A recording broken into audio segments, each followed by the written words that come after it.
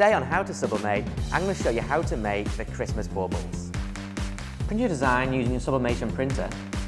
And for this product, heat resistant tape is optional, but you need heat-proof gloves and a blank substrate. Place the printer transfer face up on the base of the heat press, and take the metal insert and remove the protective plastic.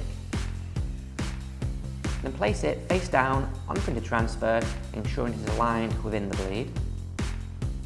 Then cover with a Teflon sheet or protective paper.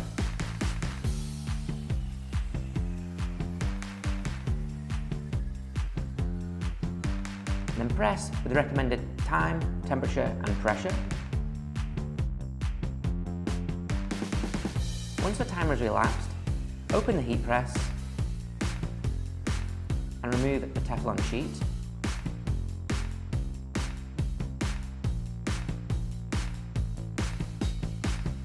And remove the insert from the transfer paper. Allow the insert to cool down and insert it into the bauble. Your product is complete, ready to hang on the Christmas tree.